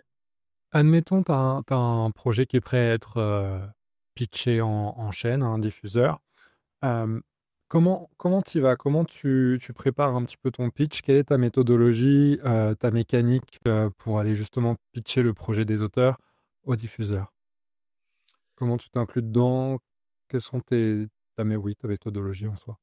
Déjà, dans la mesure du possible, j'essaye toujours d'y aller avec les auteurs. Parce que je pense que, encore une fois, c'est si ça se fait, si on a la chance de rentrer en développement et après de produire cette série, de la tourner, on va passer 3 ans ensemble. Donc il faut qu'on se connaisse. Et non seulement il faut qu'on se connaisse, mais il faut qu'on s'apprécie d'une certaine manière, au-delà d'idées. Donc en fait, moi par principe, si je peux venir à 18, je viens à 18. C'est pas sourd, je peux venir à 18. C'est les restos avant qui coûtent plus cher. C'est ça. Si j'ai pas la possibilité de venir à 18, eh ben, évidemment, c'est moi qui ai fait. Je pense que qu'il faut comprendre, et des fois, j'essaie toujours de faire un peu de pédagogie avec les auteurs là-dessus, c'est de comprendre que c'est pas moi qui l'ai écrit le projet, mais je suis tout aussi passionné. Sinon, je serais pas dans le développement de ce projet. Moi, je risque, en tant qu'indépendant, entre guillemets, je risque mon argent. Je risque mon temps. Donc, moi aussi, j'ai beaucoup d'enjeux dans ce truc-là. C'est pas le projet numéro 362 que j'ai dans l'année. C'est un projet qui est structurant pour moi. Donc, en fait, j'ai ce niveau de passion et qui fait que j'en parle, voilà, avec des points forts, avec peut-être insister parce que je connais le diffuseur sur certains aspects qui vont lui plaire plus que d'autres. Où je sais que ça, c'est sa petite corde sensible et qu'il faut jouer là-dessus, ou que ça, c'est vraiment les atouts commerciaux du projet et que c'est là-dessus qu'il faut mettre un petit peu l'accent. Le job, quoi, faire le job. Après, de nature, moi, je suis hyper stressé. Donc, j'ai plutôt tendance à réviser beaucoup, quoi. Tu vois, voilà, ça m'est déjà arrivé enfin, je fais souvent j'ai le pitch préenregistré par cœur. Pas de problème. Je sais sortir à n'importe quel moment, faut l'appuyer sur le bouton. La version 3 minutes, la version 30 secondes, le tagline. Est-ce que tu vois assez de cases aujourd'hui disponibles sur les chaînes pour accueillir des projets, les projets que toi tu as envie de défendre, qui sont, on l'a compris qu'on en parlait vite fait tout à l'heure, mais comme tu fais pas de polar, ça forcément il y a des cases qui s'ouvrent, enfin qui se ferment. Mais est-ce que pour toi il y a les diffuseurs prennent assez de risques et ont assez de cases pour des projets un peu comme ceux que tu défends d'ailleurs, plus comme tu disais, pour faire monter un niveau, ouais. Bah non, évidemment non. Mais c'est pas grave en fait, quelque part. Enfin, c'est pas grave. Il faut comprendre. On a besoin aussi, nous qui sommes de l'autre côté, de comprendre les considérations des diffuseurs. C'est-à-dire que quand je disais qu'ils sont légitimes dans ce qu'ils font, c'est eux qui prennent un risque. Quand ils ont financé une série à 10 millions d'euros et que le truc c'est un bide. Ouais, ils le portent sur leurs épaules. À la fin, bah ok, nous on a perdu du temps. Peut-être en général, on a quand même été payé. Mais eux, non. En fait, eux, ils ont fait un investissement de 10 millions qui est parti en fumée. Donc, en fait, il y a quand même un truc une chose que ce que le diffuseur pense est important, et surtout, ils connaissent très très bien leur audience aussi. Donc, en fait, encore une fois, il y a une raison pour laquelle ils disent ce qu'ils disent. Maintenant, comment on réconcilie ça? C'est-à-dire que aujourd'hui, on est rentré les 3-4 dernières années, on va dire les 3, on est rentré dans une phase de réduction des investissements ou de stagnation au mieux, sachant qu'en France, encore une fois, on se plaint beaucoup, mais on ne se rend pas compte à quel point on est protégé par rapport à d'autres pays, le UK, les États-Unis, même l'Allemagne. Enfin, voilà, nous, on a quand même de la chance en France.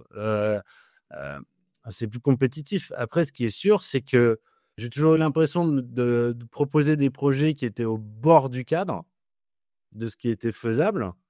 Et là, le cadre, il a rétréci. Donc, d'un seul coup, là où tu étais au bord du cadre, tu es en dehors du cadre. Ah, c'est chaud. Donc, il faut commencer à réfléchir. Après, ça prend aussi je pense que, comme les auteurs, encore une fois, en tant que prod, tu es comme un auteur. C'est-à-dire qu'il faut que tu réfléchis aux projets qui sont peut-être plus faisables versus les projets passion.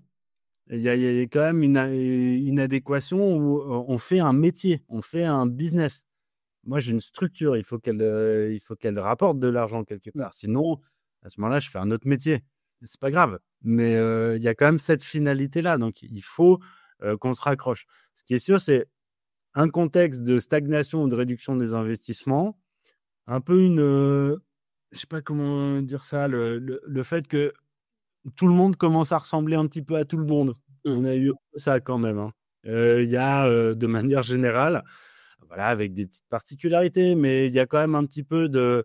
Et ça, c'est ce qui se passe quand on n'est pas dans la prise de risque côté diffuseur. Donc, en fait, on commissionne à peu près... Voilà, on commissionne la même typologie de projet avec les mêmes talents qui font à peu près les mêmes histoires et du coup, ça fait des choses qui ne sont pas différenciantes. Alors, ça va, un temps, je pense que c'est rassurant, mais en fait, on est dans une industrie de cycle et donc le cycle, il va forcément repartir. Il repart déjà, je crois.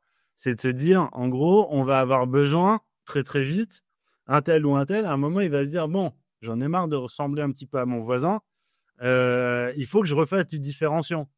Comment je fais pour être différenciant ? Peut-être je vais aller réexplorer un genre que j'ai pas exploré depuis longtemps ou que les autres font pas. Peut-être que je vais aller chercher une formule, un format voilà. Donc ça c'est bien. Et à ce moment-là, je pense qu'il faut que nous on soit présents et d'avoir en fait les bons projets à proposer à ce moment-là. Après, il faut quand même tenir le cap. Aujourd'hui, moi, j'ai eu la chance de faire une série qui s'appelle La Famille Rose pour Ciné+ OCS, là, qui va sortir à la fin de l'année. Qui a eu un très très bon retour à Sérimania. Ouais.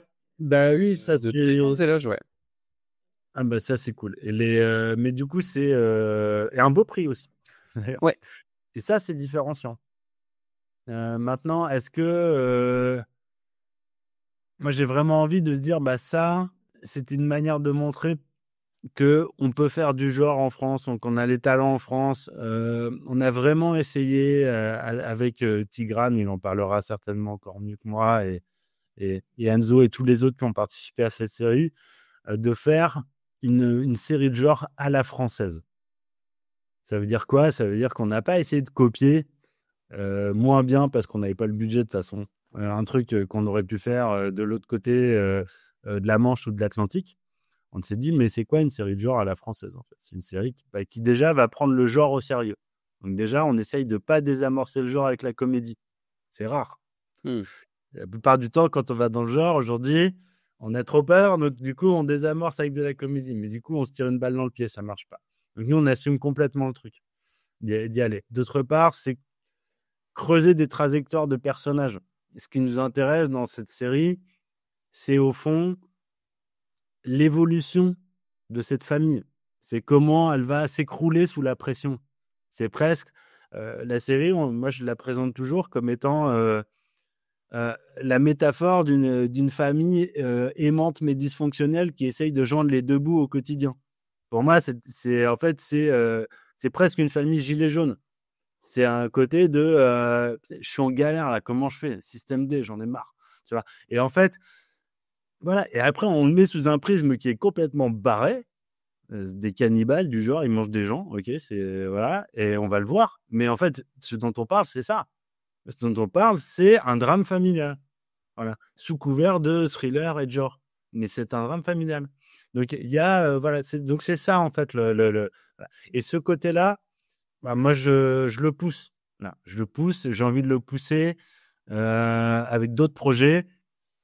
Peut-être le pousser chez des diffuseurs linéaires ou des streamers sous une forme un petit peu différente, mais voilà, ça je pense qu'on a vraiment les capacités pour faire ça en France, et ça c'est vraiment un truc voilà, et du coup c'est différenciant.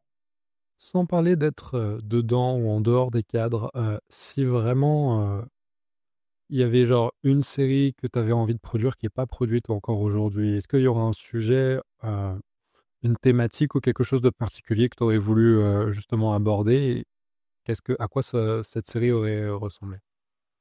Je vois au sourire que le projet, tu sais très bien c'est lequel. C'est pas les nôtres, hein, donc vous qui nous écoutez, pensez pas que c'est un private joke, c'est pas du tout un private joke avec Mathieu. Pas encore.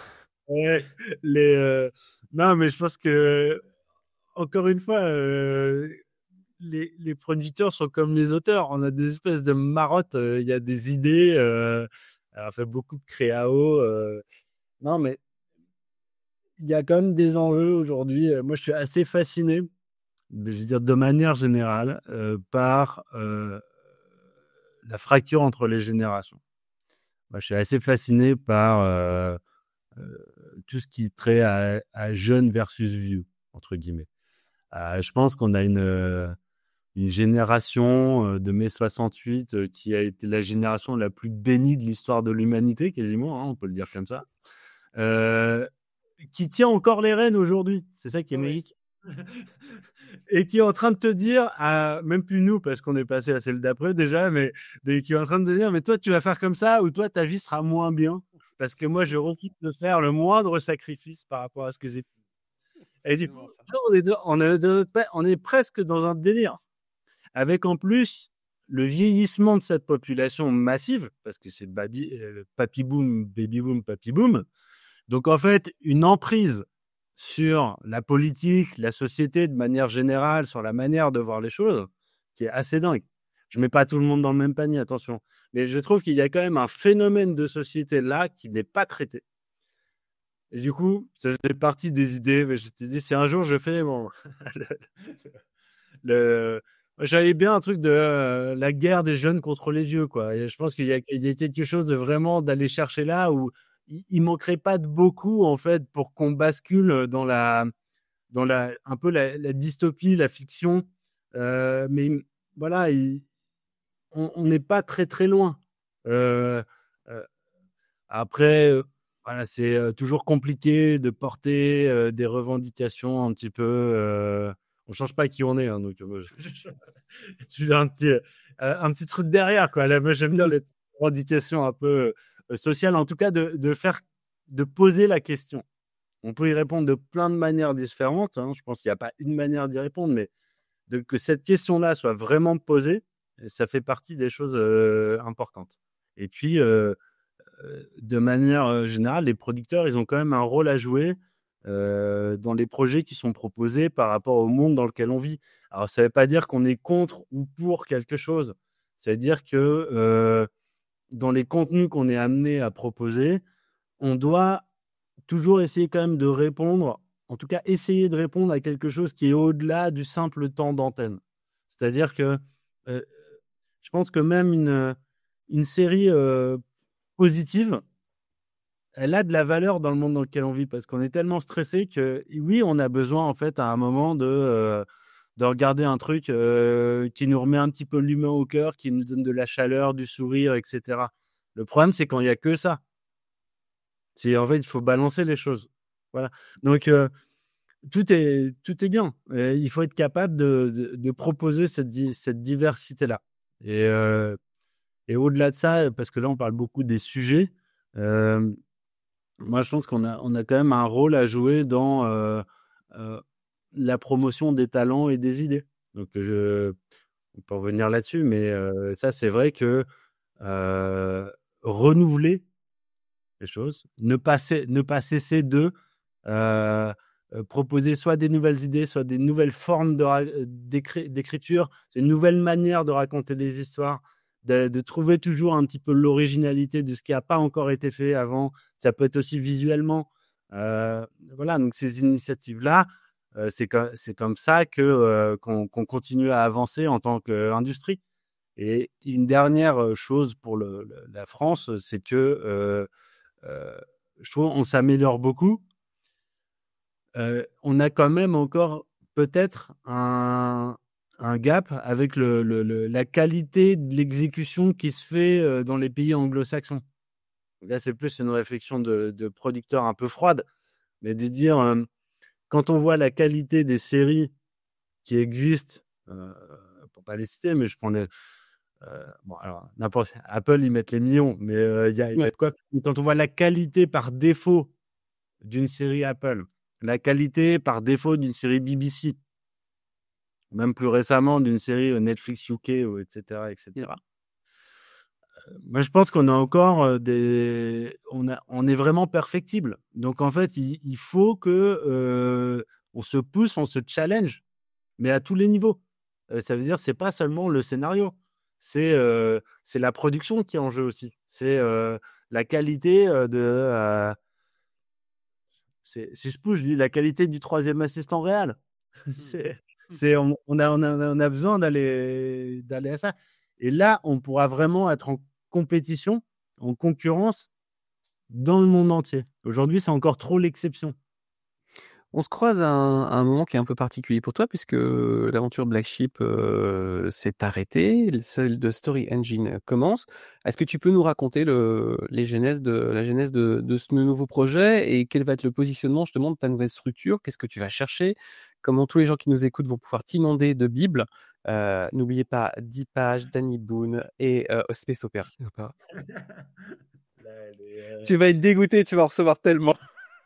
Non, la genèse, c'était... je pense qu'on a toujours je crois beaucoup aux étapes. Je pense qu'on on se réduit pas à une chose. On parlait tout à l'heure des auteurs qui n'aiment pas être mis dans des boîtes et se dire, bah tiens, lui il fait de la comédie, lui il fait du thriller. On est toujours plus complexe que ça. L'être humain, par définition, il est pluriel. Je pense que c'est la même chose un petit peu pour chacun et pour les producteurs. Du coup, c'est de se dire, bah moi aussi, je peux faire quelque chose. Donc là, pour moi, c'était une nouvelle étape.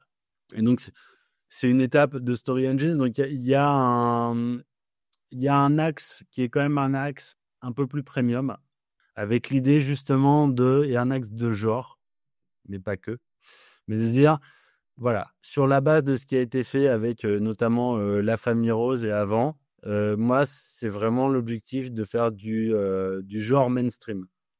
Plus facile à dire qu'à faire. Mais ça tourne autour de ça. Alors, ça ne s'interdit pas d'autres projets. Hein. Tu vois, j'étais déjà lancé là, projet de rom-com, etc. Évidemment, des projets de thriller. Quand je dis le genre, ce n'est pas forcément l'horreur. Ça peut être, même si j'aime particulièrement l'horreur. Mais je trouve qu'il y a des combinaisons à faire parce que, le genre, c'est l'originalité. C'est-à-dire, en fait, tu peux très, très facilement, avec le genre, rentrer dans des espaces nouveaux. Et d'autre part, juste, je répète ce qu'on a dit juste avant, mais c'est-à-dire, on a les bonnes personnes en France pour faire ça. Et en plus, on sait que il y a encore un truc qui est sorti ce week-end, je ne sais plus dans quel magazine, disait en fait le genre en termes de retour sur investissement, c'est ce qui paye le plus. Donc même d'un pur point de vue business, si on met de côté tout le côté story qu'on kiffe par ailleurs, mais même d'un pur point de vue business, ça marche. C'est-à-dire qu'en fait, il y a toujours une filière et une appétence mondiale pour le genre de manière générale. C'est pas aussi gros qu'un blockbuster, mais c'est régulier. Il y a des réseaux de distribution, il y a des chaînes qui en diffusent, il y en a, etc., etc. Il y a des plateformes qui les achètent. Donc, en fait, tout ça fait que... Voilà. Et il y a une vraie carte à jouer, encore une fois, en France. Après, ce qui est intéressant, c'est de définir, en fonction de avec quel diffuseur je vais être amené à travailler, de se dire, en fait, où est-ce qu'on met le curseur. Là, La Famille Rose, le curseur, il était très, très haut. Voilà, il y a plusieurs manières d'approcher les choses. Donc moi, c'est un petit peu ça. Il y a un angle premium et un angle de genre. Après, avec bien sûr, je suis pas agnostique, donc j'aime pas fermer les choses. Je pense qu'encore une fois, c'est aussi des rencontres. Donc voilà, moi je reviens encore et toujours sur la question de la personnalité. Je pense que ça fait beaucoup. Voilà, et de se dire comment on fait. Est-ce que ce projet ensemble, il a des chances de voir le jour? Est-ce qu'il a des chances de se faire? Voilà. Et on va mettre toutes les chances de notre côté pour le faire. Quand tu lances Story Engine, tu as aujourd'hui la capacité d'accueillir combien de projets par an sur lesquels tu vas vraiment pouvoir passer du temps? Parce qu'on sait qu'il y a des producteurs qui en prennent très peu, il y en a qui en prennent beaucoup. On peut pas forcément tout le temps avoir du temps pour tout. Toi, ça va être quoi ton positionnement justement sur cette nouvelle structure? Alors, c'est côté, en tout cas, dans une première phase, c'est vraiment le côté boutique produceur. Moi, j'ai pas vocation à avoir 12 millions de projets, à la fois pour des raisons de temps, comme tu l'évoques, et aussi pour des raisons financières, hein, tout simplement. Voilà. Par contre, l'idée, c'est que chaque projet, il aille au bout. Donc, en même temps, moi, j'ai pas d'approche quantitative, c'est plutôt une approche qualitative, de se dire, voilà, si en fin d'année, je vais pas donner des chiffres parce qu'encore une fois, ça serait limiter les choses. Aujourd'hui, je sais pas, sur un volume entre un bon producteur, tu fais quoi? Un projet sur 8, un projet sur 10? Ouais, Donc, alors cette statistique m'a tellement emmerdé quand j'étais jeune ah oui, scénariste. Le mais producteur me disait, un très beau d'ailleurs qu'on avait avec Maxence ce matin en Zoom, qui m'a dit, non mais de toute façon, il y a un projet sur 10 qui passe. Et quand il m'a dit ça, j'étais tout jeune, il y a 20 ans, chers amis. Et ça m'a tellement saoulé. Je me suis dit, non, moi, jamais, moi, je passerai tous mes projets. Et puis l'arrivée, c'est 1 sur 10. non, c'est ça. Donc, en fait, il y a un petit côté masochiste quand même dans ce métier. C'est une réalité qui est extrêmement difficile. On parle, enfin, je trouve que dans nos métiers, on parle pas souvent de la santé mentale. Enfin, on en a parlé en série. On a même fait une série là-dessus. Mais il y a quand même quelque chose on travaille sur beaucoup de. Nous, on est quand même dans le monde de l'immatériel et du décalé de manière frénétique. C'est-à-dire qu'en fait, il y a très peu de métiers où tu peux faire ton boulot parfaitement et ne rien avoir à la fin. Il y en a peu. Ça existe, hein, voilà. Mais ça impose quand même une gymnastique intellectuelle pour être capable, justement, on parlait sur le syndrome de l'imposteur, sur le fait de garder la confiance en soi, sur le fait de... Voilà, c'est quand même très, très dur. Et après, en plus, on fonctionne sur des échelles de temps qui sont extrêmement longues. Donc, en fait, il y a un côté prospectif aussi qui est très intellectuellement épuisant. Voilà. Là aussi, c'est des thématiques qui sont inhérentes à nos métiers dont on parle peu, mais qui, je trouve, aujourd'hui, ont un vrai... Voilà, ça aussi, c'est un vrai sujet. Pardon, j'ai complètement dévié de la question. Mais... Non, complètement, mais c'est un super sujet. C'est dire, donc voilà, pour résumer, pardon, moi, c'est quelques projets un peu triés sur le volet avec l'objectif d'aller vraiment au bout sur chaque projet. C'est ça l'approche. Après, je suis dans des discussions qui sont quand même un peu plus larges. Donc, voilà, c'est pas exclu que ça change. Mais pour l'instant, en tout cas, dans cette phase-là, c'est ça. Est-ce que tu as déjà été confronté à des désaccords avec des auteurs qui iraient potentiellement jusqu'à la rupture de contrat? Oui. Alors, oui. Ça fait partie du truc, hein. Oui, c'est arrivé, tout à fait. Il y a des producteurs pas faciles et des auteurs pas faciles, hein. Ça va dans le quelque part, c'est aussi faire preuve d'intelligence d'un moment d'acter le fait qu'on n'est pas d'accord. Si on a donné vraiment, s'il n'y a rien à regretter, ou si la confiance est rompue, je pense que c'est ça en fait. On en revient toujours à la même chose. C'est si la confiance est rompue. C'est-à-dire que du côté du producteur, du côté de l'auteur, il n'y a pas de confiance dans le producteur sur le fait de mener ce projet à bien ou de son intégrité par rapport à ce qui est envisagé au départ. Si du côté du producteur, il n'y a pas de confiance en fait sur la capacité de l'auteur à délivrer sur ce qu'il pense être la vision commune du projet, bah là, c'est sûr que ça marche pas. Donc voilà, dans ce cas-là, c'est mieux de se séparer. Je pense qu'on trouve toujours des solutions parce qu'au fond, il n'y a jamais personne qui a été obligé de travailler avec quelqu'un. Maintenant, je trouve quand même que la réputation, c'est quand même quelque chose qui fait beaucoup dans ce milieu. Et donc, en fait, simplement d'être gentil, honnête et transparent, aussi difficile que la situation le soit, parce que la situation, elle peut être vraiment compliquée. Voilà, ça a toujours une vertu. De se dire, bah ok, on a le droit de se dire que ça marche pas. Par contre, on a aussi le droit de se séparer bons amis, si je peux le dire comme ça. Voilà, et c'est ça qu'il faut essayer de faire. Malheureusement, effectivement, toutes les relations ne peuvent pas aboutir au beau fixe. Souvent, c'est de la dégradation, en fait. Hein.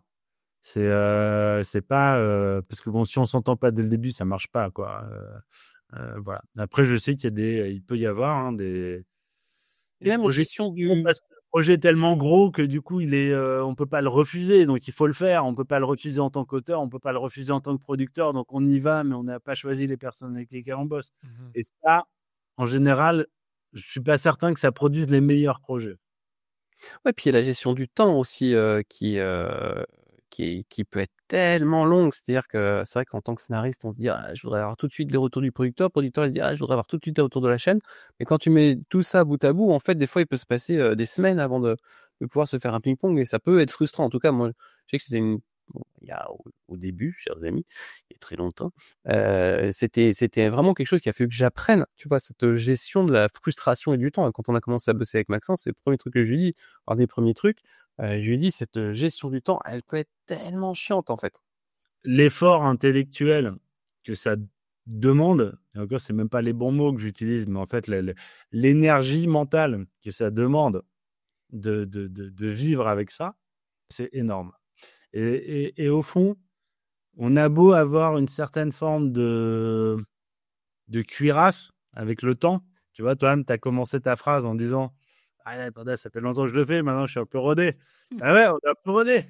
Mais est-ce qu'on s'y fait au fond? Non, tu t'y fais pas. Non, ça reste fait chier. Exactement. Ça fait chier. Ça reste toujours dur. Donc, il y a un truc... voilà. Donc, c'est ça qui... c'est pour ça que c'est un... Quelque part, il faut savoir aussi se préserver un petit peu. C'est de se dire, voilà, de se protéger de ça. La vie, elle n'est pas là. Enfin, il y a d'autres choses qui sont importantes. On fait des séries, c'est très bien, on a beaucoup de chance. On fait vibrer des gens quand ça marche et quand tout le monde est content, c'est super. Mais voilà, on est quand même beaucoup plus vaste que ça. Complètement. On arrive tout doucement vers la fin de l'entretien, donc si tout est OK pour toi, Mathieu, est-ce que tu nous autorises une dernière question chacun à Maxence et moi? Avec grand plaisir. Eh ben, génial. Maxence, est-ce que tu veux commencer? Tout à fait. De tous les projets sur lesquels tu t'étais positionné, mais qui n'ont pas été jusqu'à être vraiment produits, est-ce qu'il y en a un que tu aimerais vraiment repêcher? Ouais. Tu peux nous dire un peu plus? Genre plus qu'un, mais oui, il y en a un.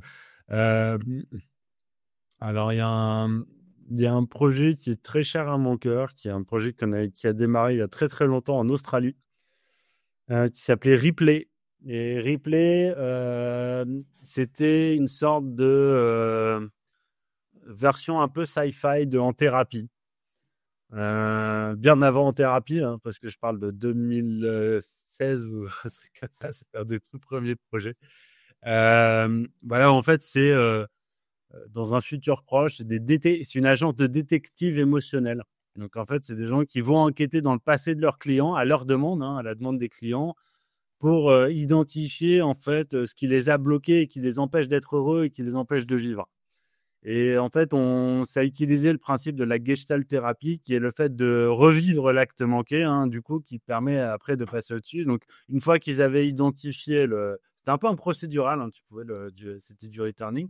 Et une fois qu'ils avaient identifié le truc, le point, ils avaient cette capacité de se déguiser et de rejouer le moment, de faire rejouer le moment.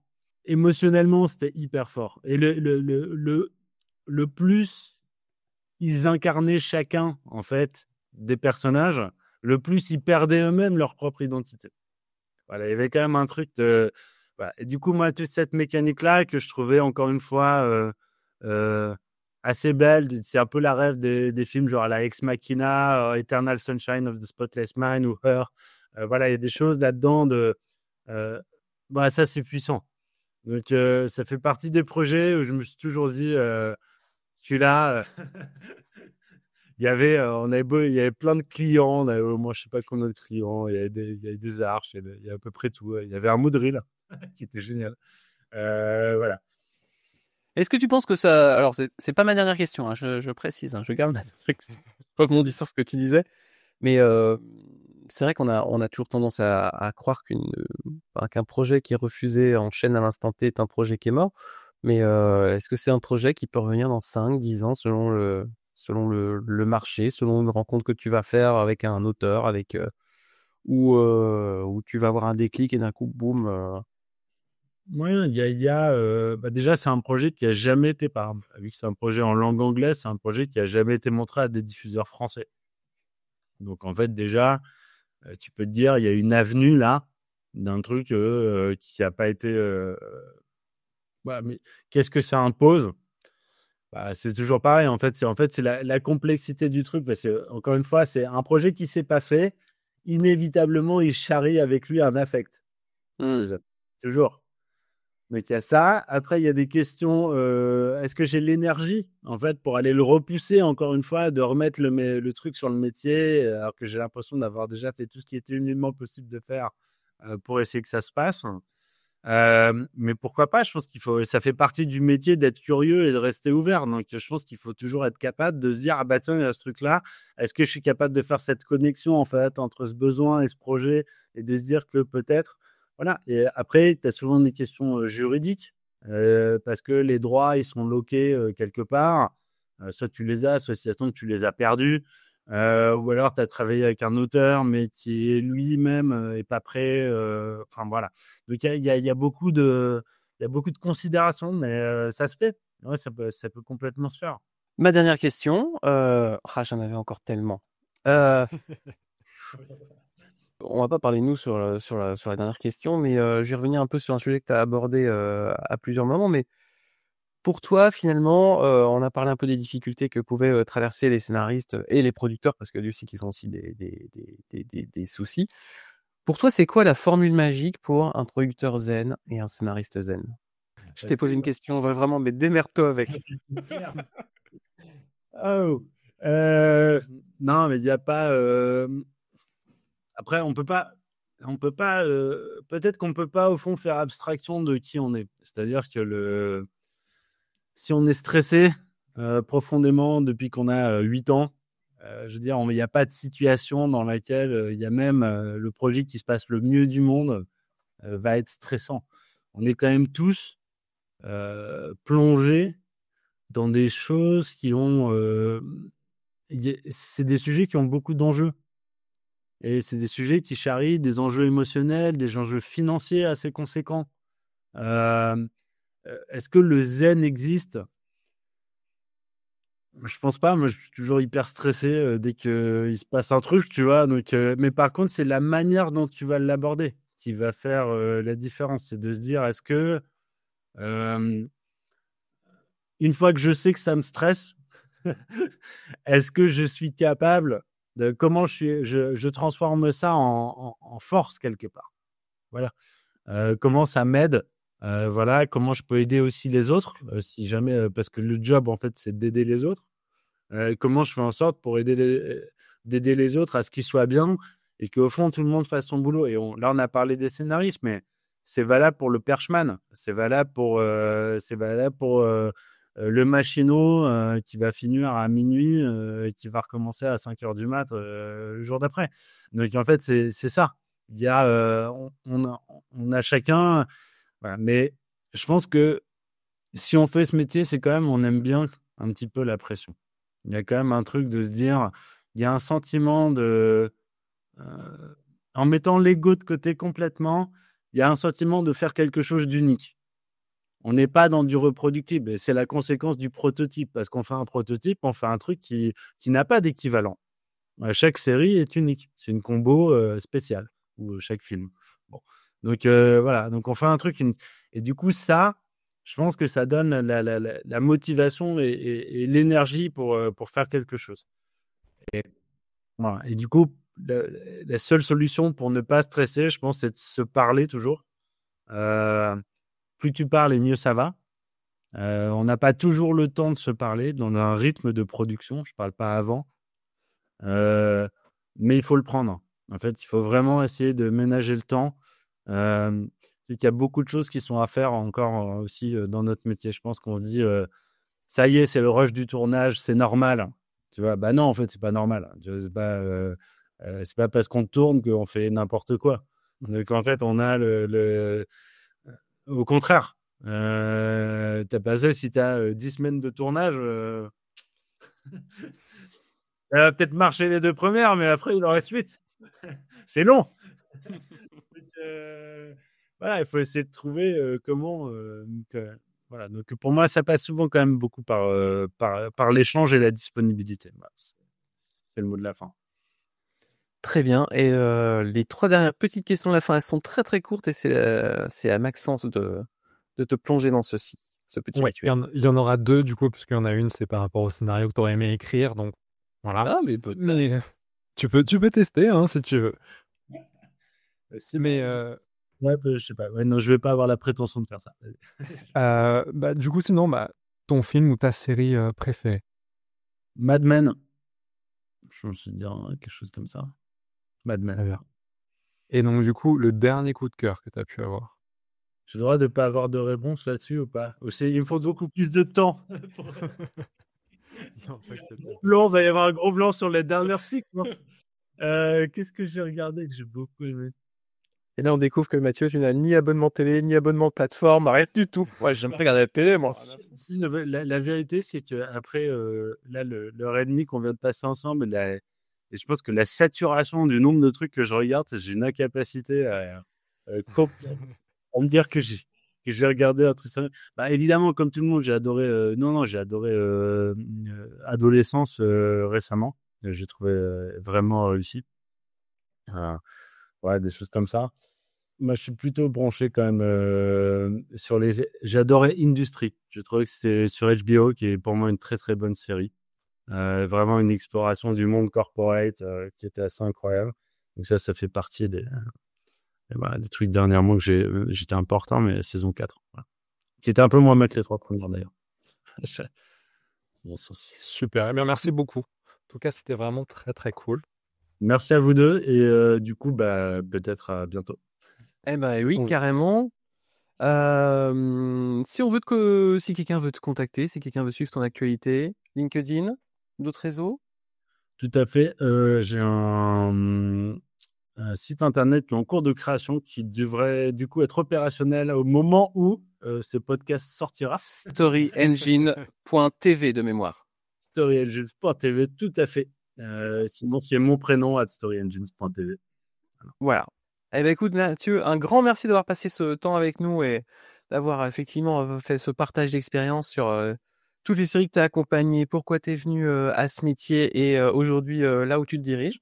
Et puis on va remercier tous nos auditeurs et nos auditrices et on se dit à très bientôt. Merci à vous. Salut tout le monde. Salut.